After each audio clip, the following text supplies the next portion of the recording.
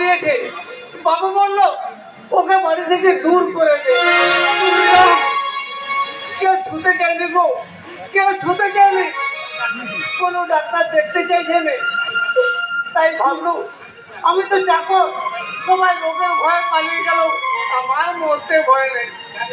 যাদের বোন তাদের ঘরে দিয়ে আসি, তারা নিশ্চয়ই দুটো খেতে দেবে। দুঃখিতা দুঃখিতা খেলার ব্যাংক বলে খরচা দিয়েছে, দিয়ে যার সব অত্যাচার মুখ বুঝে সহ্য করতে হয়েছে।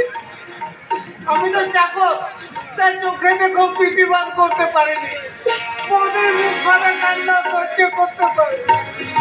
দুঃখিতা আর তুমি এখানে আসবে না দুঃখিতা? আসবো, নিশ্চয় আসবো। আর দাদা বাবুকে আসতে বলবো।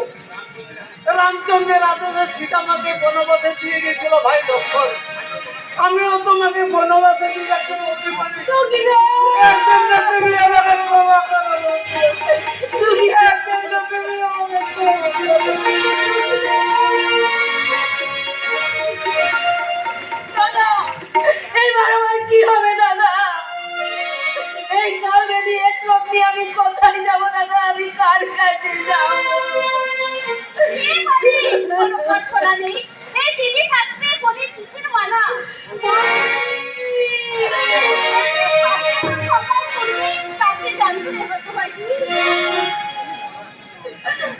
তোমরা সবাই বিশ্বাস করো বৌদি, বিশ্বাস করো দাদা, আমার কিছু লোক নেই, আমি আগের মতোই সুস্থ স্বাভাবিক আছি।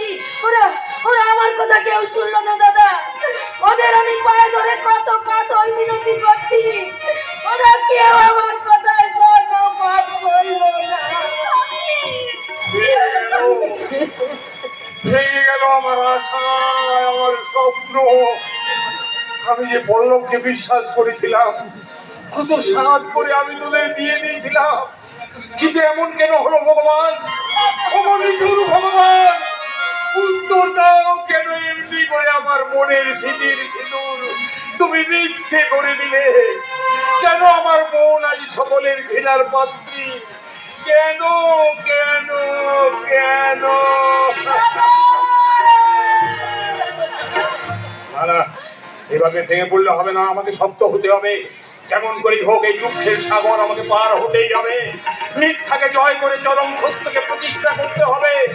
এই উল্লাস বেঁচে থাকতে আমার মনের শিখির সিঁদুর আমি কিছুতেই মিথ্যে হয়ে যেতে দেবো না।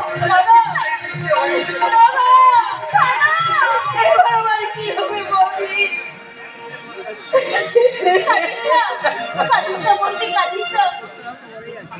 দুর্ভাগ্যের বোঝা মাথায় নিয়ে আমরা কি এই সমাজে জন্মেছি? তাই এই পুরুষ শাসিত সমাজে আজও নারীদের চোখের জলে বুক ভয় শুনতে হয়।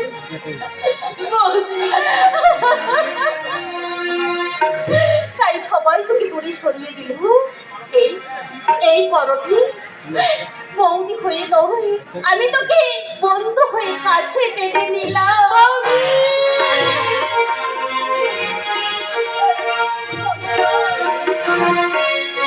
ও ভগবান, সুখ দিয়েও কেন তুমি আমাকে আছড়ে ফেলে দিলে? কিন্তু পল্লব যদি আমাকে ভুল বোঝে, যদি ভুলে যায় এই হতভাগিনী আছিকে, সেই বেদনা বিদুর কাহিনী আমি কেমন করে ভুলবো বৌদি? না না, পল্লবকে আমি ভুলতে পারবো না, বলা যায় না, কিছুতেই বলা যায় না। এসো এসো ভাই, ঘরে এসো, অযথা চিন্তা করে আর তুমি মনটাকে শক্ত করো না, ক্ষত বিক্ষত হতে তুমি দিও না। এসো ঘরে এসো। হিমালয় পাহাড়ে উচ্চতা সীমাহীন, সেখানে ওঠার সৌভাগ্য আজকে কারো নেই।